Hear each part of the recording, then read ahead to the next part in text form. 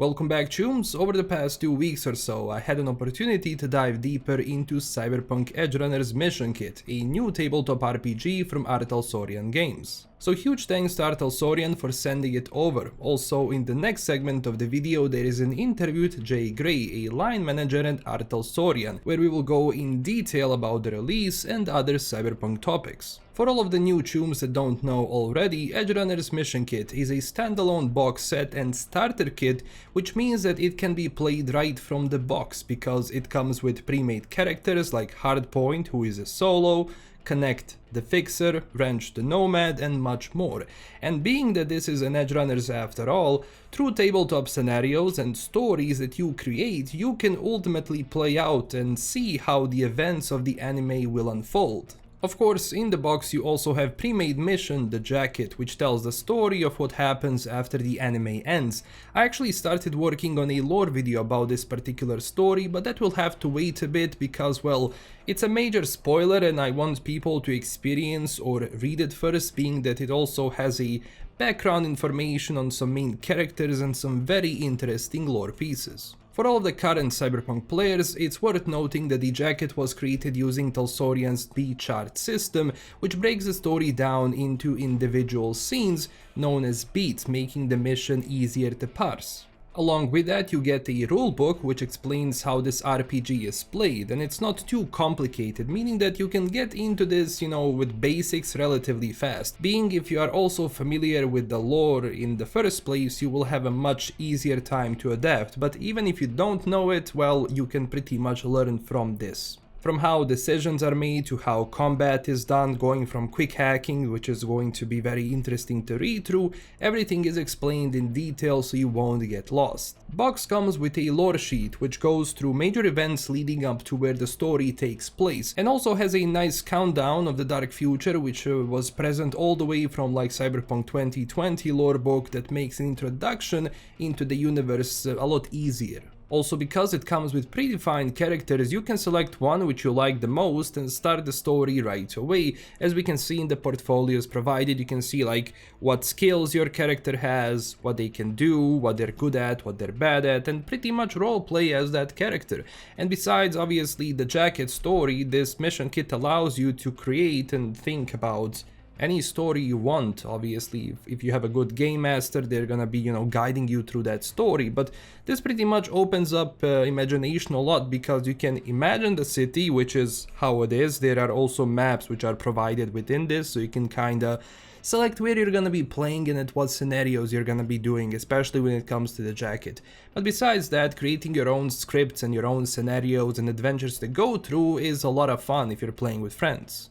Overall, this is a nice release, and I think a very good way of introducing people into tabletop RPGs, especially through the brand of not just Cyberpunk but also Edgerunners, which was a very, very popular and successful anime. And especially, as I said, it's for the fans of Cyberpunk and for the fans of Edgerunners anime, because there are people who just watch the anime, haven't played the game still, but maybe if they want to get into tabletop, this is going to be a very good introduction. They also did a similar thing with Cyberpunk Red, if I remember, in the past, before like the main lore book was released. They already had a kit where you can just play out of the box, and it actually attracted a lot of people into tabletop, not just for Cyberpunk but also for everything else. And if you're a Witcher fan and you like tabletop, they also do have a Witcher tabletop RPG. Right now you can get it in digital and physical form. I will leave a link to R.Talsorian down below so you can check it out. Now, in the next segment of the video, let's go to an interview with Jay Gray, line manager from R.Talsorian Games, where we will talk more about the mission kit. So today with me I have Jay from R.Talsorian Games. He has been a huge friend of the channel. We have talked for quite a while, even before when Cyberpunk was initially coming out for the first time, and it's after all of these years to see Cyberpunk popularity rising even more and more, and ultimately all of that kind of pouring into the tabletop RPG space, and then people going from like Cyberpunk 2020 to Cyberpunk Red to obviously playing the game, and now with the mission kit. So today we're gonna be talking about the Cyberpunk Edgerunners mission kit, which is released by R.Talsorian Games. So Jay, how are you doing? I am doing great. I appreciate you having me back on your show. And it's nice. It's a beautiful day. I'm outside. I'm enjoying nature. It's a very un-cyberpunk thing to talk about when I'm doing cyberpunk, but uh, you gotta take your moments when you can. Yeah, the contrast of it, the beauty now and then, with the dystopia of cyberpunk. But even that has beauty in a sense when you think about it, like some form of beauty. Yep, it does, and often, it's got the beauty that people make for themselves and the beauty people combine. That's a wonderful cyberpunk topic. It's what the difference between a street artist and the person who spends $1 million to hang a portrait on their wall, and the different types of beauty that exist in society depending on how much money you have. That's really well said. Yeah, definitely. Can you tell us a bit more about Cyberpunk Edgerunners mission kit, like what people can expect from it, especially for new players who never either played TTRPG or maybe they never played the Cyberpunk 2020 or Cyberpunk Red. Maybe you can say more about it in general. Sure, we'll start with Cyberpunk in general. In this context, is a tabletop role-playing game. You have one person who acts as the game master, and they adjudicate the rules. They play the NPCs. They keep the story going, and then everybody else are players. And it is essentially, let's pretend, but with rules to define what you can and can't do. You succeed, you don't succeed. The mission kit is three things. We designed it to be three things in one. First and foremost, it is a starter box, which is to say, you get it, you spend the money, you buy the box, and that is all you need to try out the game. It's got rules, it has pre-made characters, it has dice if you get the physical version, it has maps and tokens to help you keep track of the action visually, and it has a fairly chunky adventure in it called The Jacket, which you'll play in 6 to 10 hours, depending on your group. And so it is, this large try it out starter box that gives you a taste for what tabletop role playing games, and the Cyberpunk role playing game in specific is, for less than buying the core rule book, which is about twice as expensive. Yeah, It yeah. is also for those of you who already know and play Cyberpunk Red, it is a supplement for Cyberpunk Red because there's a lot of new 2077 specific cyberware, weapons, and rules, including quick hacking of people that are introduced in it. And that information and those mechanics and rules can be taken directly into your Cyberpunk Red game and played there. So it's a full supplement for that. And then finally, if you don't want to play or you don't have anyone to play with right now, but you are big into the Cyberpunk universe and you want to know new things, you want to know the lore, you want to know how the world evolved from the 2020s to the 2040s and the time of the Red to the 2070s. You want to know more about David and what his life was like before the show started, or Rebecca or Pilar. Yeah, This information is in there too. It's a full lore book with never before seen lore. We're really to see what people make of the information we've provided. It gives some deep dives into cyberpunk lore that was developed behind the scenes by ourselves in conjunction with CD Projekt Red. That's amazing because one of the things that I saw when I was going through it in generally through like I believe like Cyberpunk Red starting book starting kit, which was available a while back. It's in it you like really managed to like paint like the picture of what it is, and as you mentioned, for all of the new players, you don't have to like create your character. Obviously later on you can, once you learn more about it, but you already come with the presets of characters that you can kind of choose and learn about, their abilities and how, rules of the game in general. Yeah, yeah, we learned a lot from that first Jumpstart kit. And making this, there's a lot of differences, small differences here and there, like on the pre-made character sheets. We are more explicit. We went from having just a double-sided single piece of paper to a folio, double-sided 11 by 17, folded in half, and that has on the very back there are rule summaries, cheat sheet for people, so they don't have to keep looking at the rule book. On the inside, you have detailed information on how your cyberware and your weapons work, so that you don't have to, again, you don't have to keep going into the rule book. It's all there explained. We tried to make it as easy to use as possible. And the adventure itself that comes in its own book, we separated out. The Jumpstart Kit, it was part of the world book. There, we separated out because people want to access one, the lore book or the rule book, while the GM has the adventure book in hand. And even that has, we kept in mind that a lot of people who pick it up will have been running a game for the first time. And so there are sections, every beat, every scene has, here's what the intention of the scene is. Here's what, here's the background, the behind the scenes information you need to fully understand it. Here and there'll be little bits of, you're a new GM. Here's a tip on how to GM this particular thing, this character, or this is the point where you want to add tension, and this is the point where you want them to relax. And so you have a better understanding. Basically, we tried to make it with the new players in mind, and make it as transparent and easy to run as possible.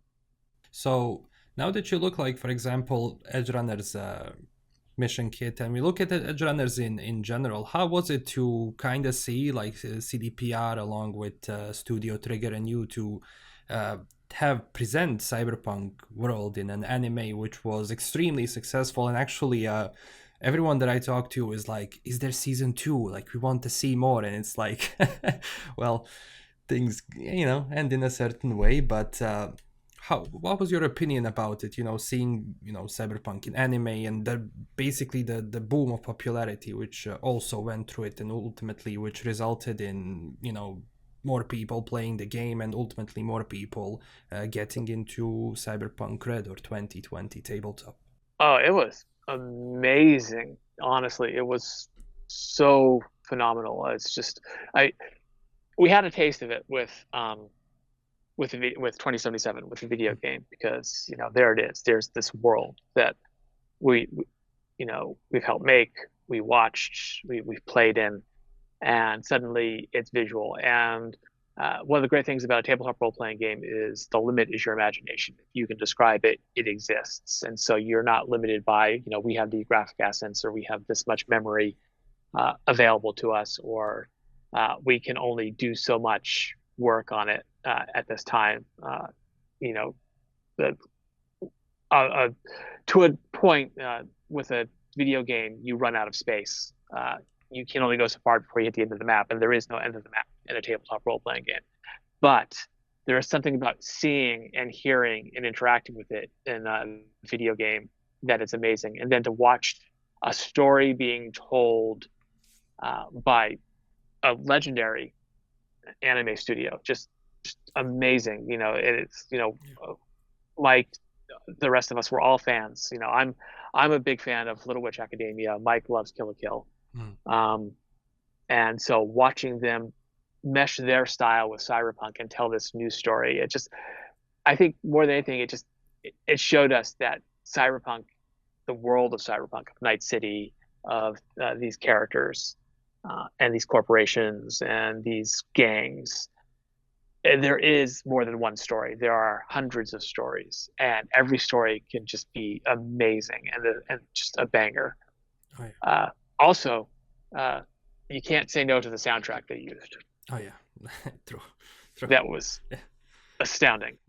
Yes, and one of the things which kind of I think a lot of people loved, and including me, was that city, at least from 2077, from the video game, was kind of one-to-one with the anime, and I think that helped a lot, and I think it's gonna help a lot here in the mission kit, because as you said, when people experience that, when they see it through the game, and they can kind of imagine it a little bit better, so it ultimately helps with any tabletop game they're running, because they can imagine it in more detail, and at the same time people who play the game or watch the anime can also kind of imagine, okay, I'm here now, okay, this is what I do. They have a better understanding of systems, like for example quick hacking and so on, how it works and through what systems.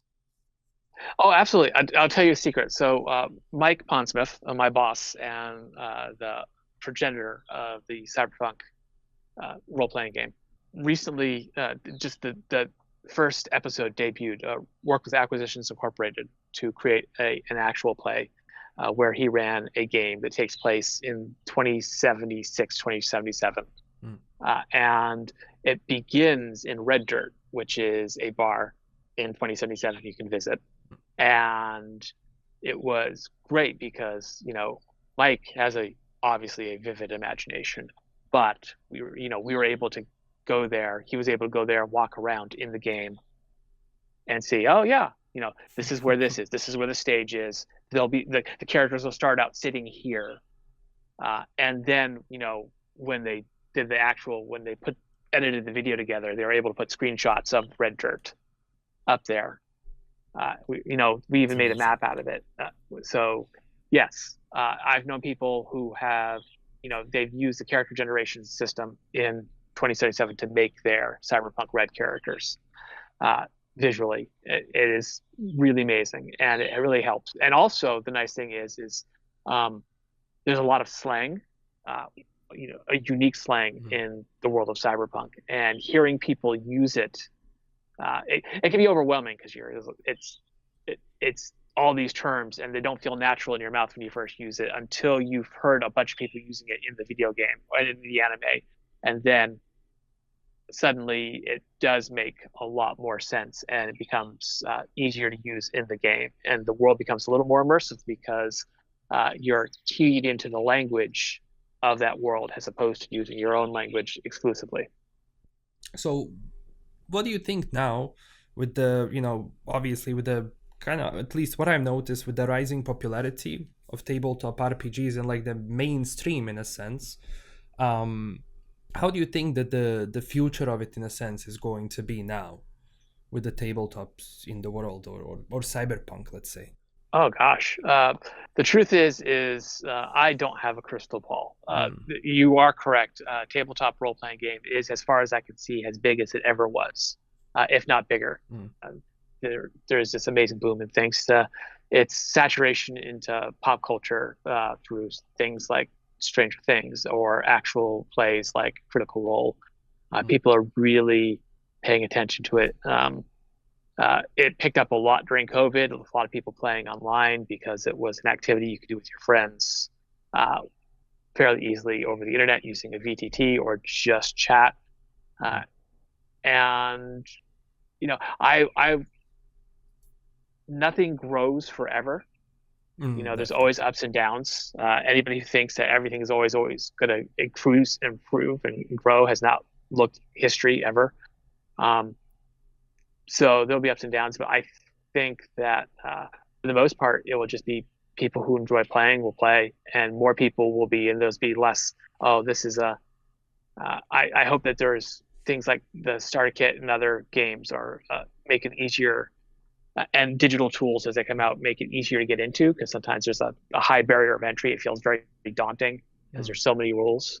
That's why we have a product called Cyberpunk Red Easy Mode, which is, it's less than 60 pages, and it gives you everything you need to try out the game, and it's free online.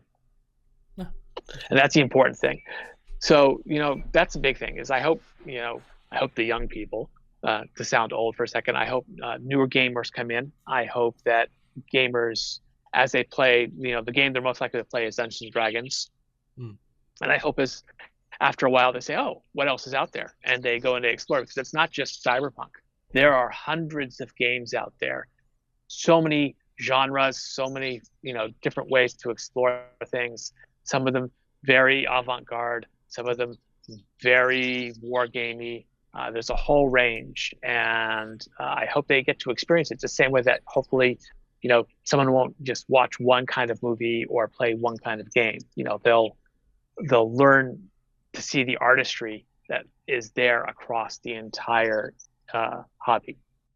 Oh yeah, definitely. And I think at least when it comes to this, I think this cross promotion helps a lot because, well, you have this trio again: the video game, the anime, the tabletop RPG. Then, of course, as we know, like from at least from the news that there's live action project being in production right now, or well, being talked about right now. So I think that's going to be another step. But yeah, definitely that cross promotion, when people kind of get to experience it, and then their interest grows a lot, and then ultimately it kind of feeds off each other in a good way, and everything grows. And just like, say you're on Steam and you're playing Cyberpunk and you load it up and it recommends a game that you would never have seen. We mentioned Hi-Fi Rush, Yeah. I think, earlier. And then you go and you play that and you're like, oh, that's something I didn't know existed.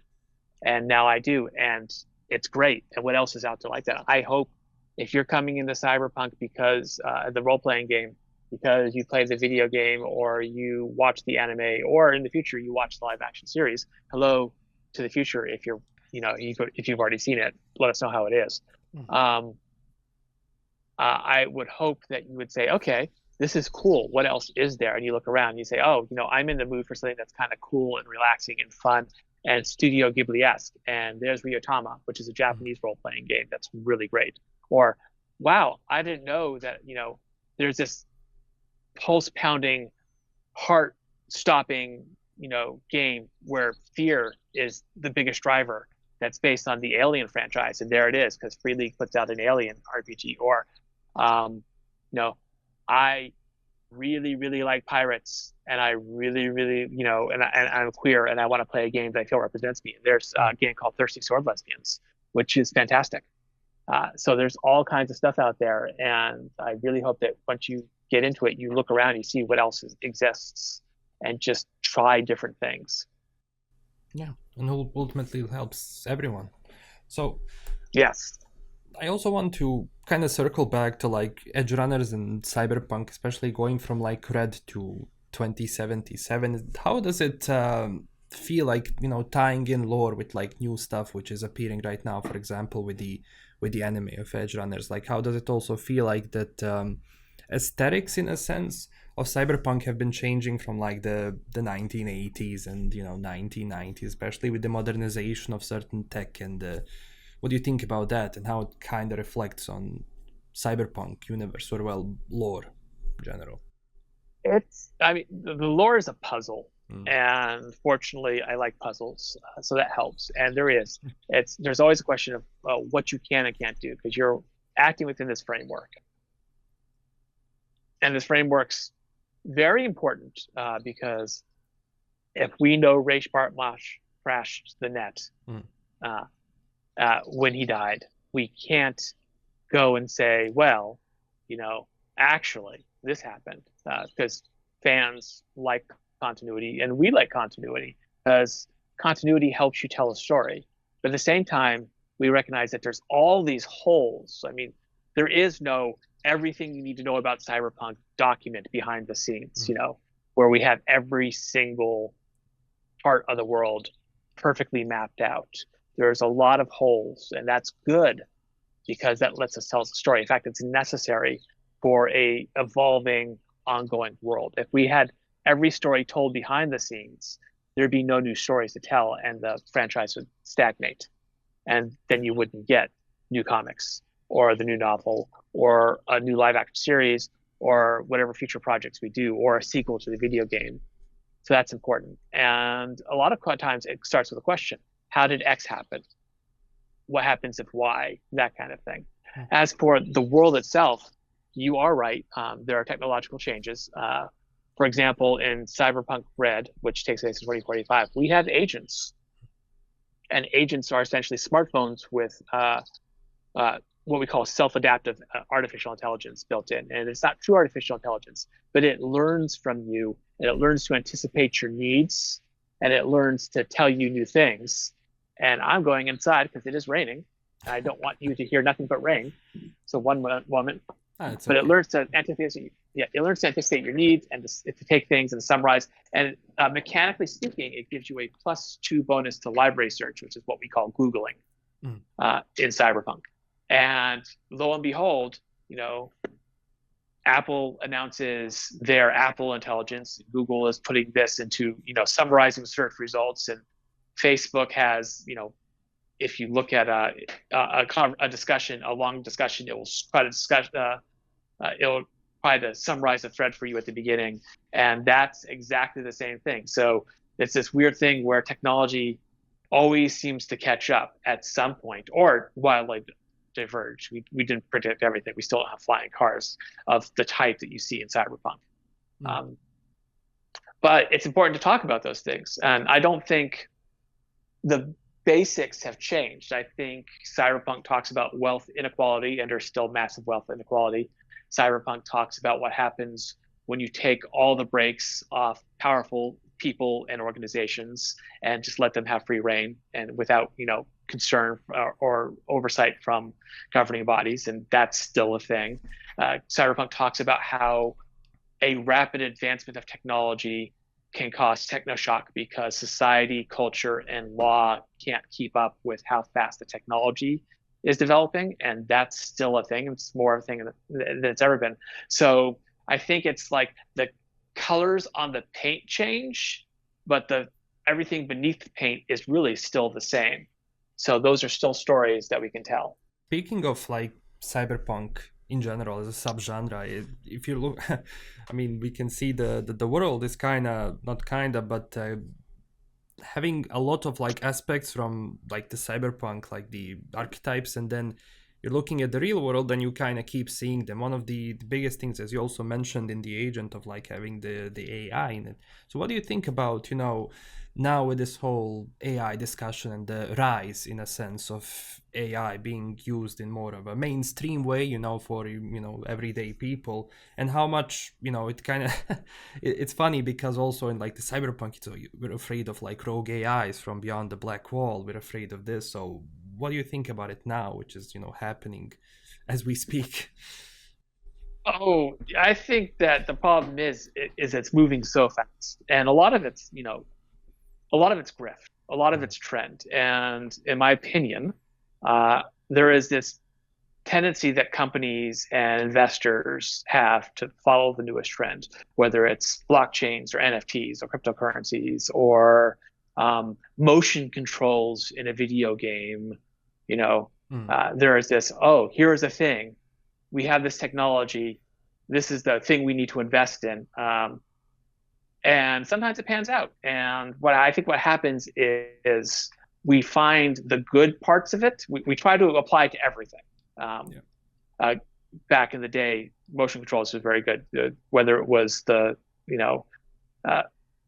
putting in motion control mechanics into a game because the hardware was there and the Sony or whoever wanted you to build it, or Microsoft was really trying to, I can't remember what it was called. It was the whole thing where it mapped your entire room and followed you, your body motions. And then what happened was after a while, we found out that motion controls work for very specific things really well, and for other things, not so well. And for those things, they still exist. For example, I have a Switch, and on that Switch, I have a game/utility called Ring Fit Adventure, which uses motion controls for workouts, and that's great. Or the dance games still use motion control for that, but you're not using motion controls for boxing games because it turns out that people don't want to get up and fight because they're terrible at it. Most people can't fight as well as a Street Fighter, and if I'm playing Street Fighter, I want the illusion that I'm a good fighter, right? I don't want to see myself flailing around and know that I'm a bad fighter. And I think in the end, AI is going to be the same thing. It's eventually, there's no getting around it. It exists. It's going to keep evolving. People are going to keep pumping money into it, but we're going to find that it works really well for some things and it doesn't work well for other things. And the things it doesn't work well for, hopefully those things will go away. And the things that it does work well for, they will keep going. And then we do have to ask some serious questions about, for example, is it being used for intelligence gathering? Are nations and corporations using it for, secret, black ops kind of things where it's taking all the data and aggregating it? And then what happens, more importantly, is if the models of AI they're using are like the models of AI that are being out there right now, where they do the mass hallucination things, right? What happens when your intelligence AI is telling you things that just aren't true? because it has to tell you something, because that's what AIs do. And that, those are important questions to ask, absolutely. But I think in other cases, there was a article I read the other day about how scientists who are studying elephant communication used AI to aggregate all these different elephant calls and discovered patterns that they wouldn't have seen otherwise. That's neat. And then, of course, there's questions of AI and creativity and job losses, and I don't have answers there, because on the one hand, I can see how if I'm building an entire city or an entire expansive open world, and I can get AI to sculpt my coastline, for example, and it will look like a good coastline, and that's a horrible, tedious job. Probably no one wants to do, pixel by pixel. Yeah. And I realize that's not quite how it works, but for the purpose of example, I could see how it's useful, or how you can have a semi-AI program like what was used in Cyberpunk 2077 to match mouth movement to language, so you don't have to reanimate every time you translate it to a new language. I can see the advantages of that, but at the same time, artists and writers need to work, and I don't see, and nothing I've seen convinces me that having AI in that will make it better, or will generate spontaneous quests in a holodeck style fashion, Star Trek holodeck style fashion, where you can say, oh, I want to go over here, and so the game will generate a quest. At least not yet. And I would hope that at the end, my hope is, I'll say this, my hope is if AI is used responsibly and it's developed well, what it does is not put people out of work, but it helps make their work more bearable. I could see AI as a tool to eliminate crunch time, for example, entirely. But my hope is that the same 500 people who were there before the AI was implemented would also be there and having a job afterwards, and having a better quality of life because of it. Will it happen? I don't know, because the problem is, as Cyberpunk has told us, greed is horrible. Yes. And greed makes the world worse.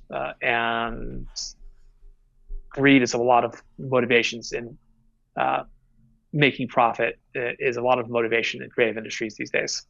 And for the end, I would like to kind of circle back to Edgerunners and ask, what is your, do you have a favorite character from the anime, maybe? Okay, so I'll start with my standard caveat is that my personal philosophy is I try not to do favorites often, because I feel that everything, if I take it on its own merit, I can enjoy it more. And these are the best things or worst things.